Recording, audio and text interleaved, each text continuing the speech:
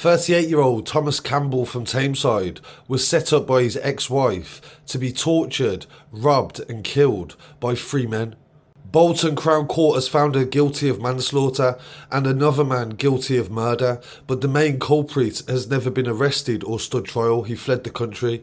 John Belfield is believed to have had a serious conflict with Thomas Campbell. He was jealous of him. He alleged that he was seeing his ex-girlfriend, and he also knew that he sold drugs, and they believed he had a stash of £200,000 that was hidden in a field.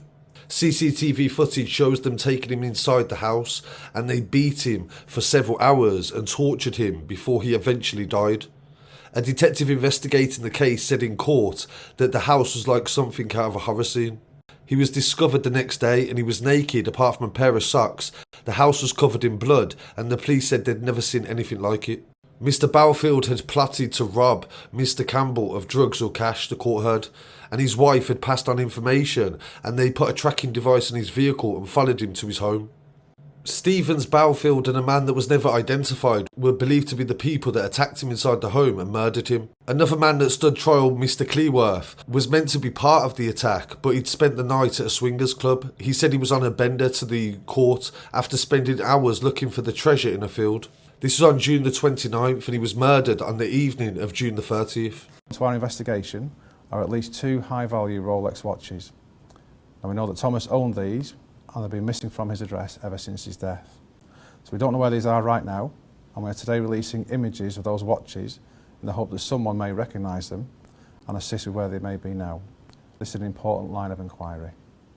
We've arrested 11 people and charged 3 of those so far, and our complex and wide-ranging investigation continues relentlessly. 3 people involved in the death of Thomas Campbell have been jailed today. His former wife was found guilty of manslaughter and jailed for 12 years. Stephen Cleworth was found guilty of manslaughter, and Reece Steven, 28 years old, was found guilty of murder.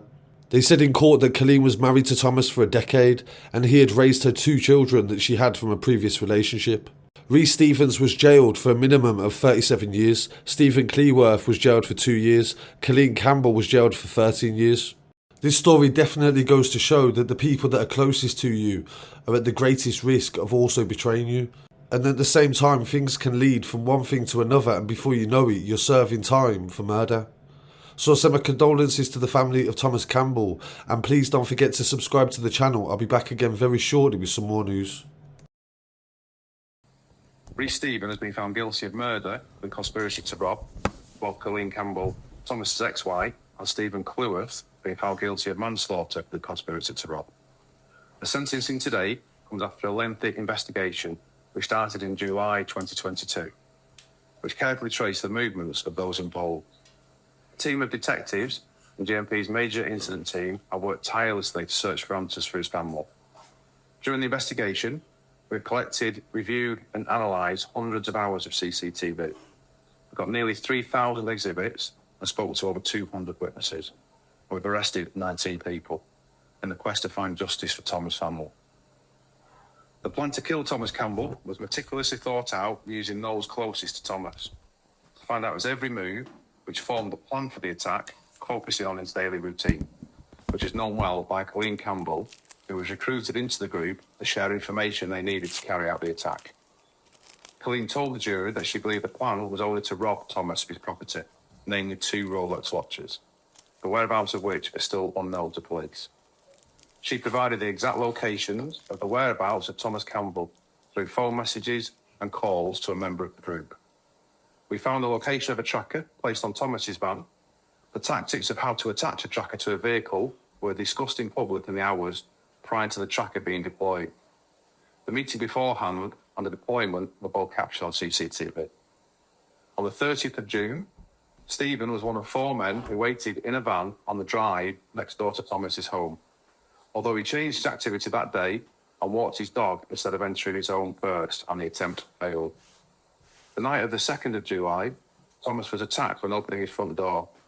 Thomas was overpowered outside his own home, assaulted on his doorstep, and dragged inside his own house before being subjected to 2 hours of unimaginable torture where he suffered 61 horrific injuries.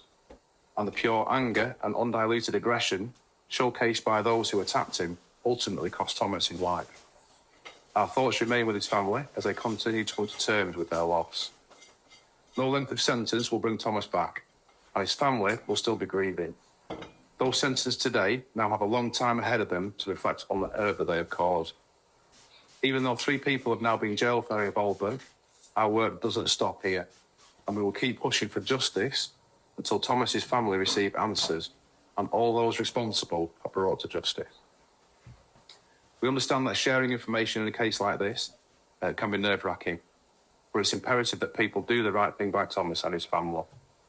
There is still a manhunt to locate and trace the whereabouts of John Belfield, who is urgently wanted in connection with the murder of Thomas Campbell. He was described in court as the instigator behind the robbery and murder of Thomas. He's actively resisted all attempts from police to locate him, and we really need the public's assistance to find him and bring him to justice. We will be releasing new images of him, which were found on a mobile phone found during part of our investigation. We now believe he's no longer in the UK. We will always be truly grateful as we feel all verdicts against the offenders yesterday are as they should be, and this finally brings some justice to Tom and his 2 children. We are also mindful that this case is far from complete, and we would ask anyone with information about John Belfield and others involved in Tom's death to please come forward and help all who love Tom get some real closure. Our family circle will never be the same again. Tom will be sadly missed for the rest of our lives. Thank you. I've been in the job for 23 years and I've never known anything quite like it. Over 2 hours, a period of time, and the injuries that he suffered were horrendous. Obviously, the very nature of the injuries, I don't want to go into detail because, it's quite difficult for the family to hear. So I don't want to, go into the detail of the specific nature of the injuries other than to say, they were over 2 hours, they were horrible injuries to see, and it's just something I've not experienced before in the police. I've been in the police 20 years and I've never been to a scene like that ever before, and just seeing the state of it, it was like something from a horror film. The fact that they sat and lay in wait for him, because that was the only way they knew they'd get him. They'd been waiting for him when he was entering his front door, and then they pounced on him. Yeah, you referenced the Belfield. Is there any intelligence as to whereabouts it is, or can you just say it outside the UK, or is there any latest intelligence? Yeah, we do believe he's outside the UK, but clearly he could move around and he could be back in the UK at any point, or he could still be abroad. So we're keeping all options open in relation to his location. We do have a dedicated team that are looking into critically wanted people, and Belfield is one of those that we're looking at. So we have got a team dedicated to trying to find it. But again, it's just to reiterate the appeal that we need information. Somebody's helping him, he's not doing it on his own. People do know where he is, and he will get help wherever he is to avoid police. So again, it's just to reiterate that appeal for any information, no matter how small, that may exist. It's between Belfield and Coleen, and we look at the tracker being fitted. There's been contact between the 2 of them over the week running up to the murder. She could tell, she knew where he was going to be when he picks the kids up from school, and that's when the tracker's gone on. So that's the level of detail they've gone to get that. And then she's then been speaking to her children to establish what number the address is. She knew part of his registration was just feeding this all back to Belfield during their regular conversations. And they knew if they was going to go and attack someone like Tom, they knew they couldn't just go around. They knew they had to get a team together. So it's the recruiting. Belfield has recruited Cleworth. He's recruited Steven to come and execute the attack on John.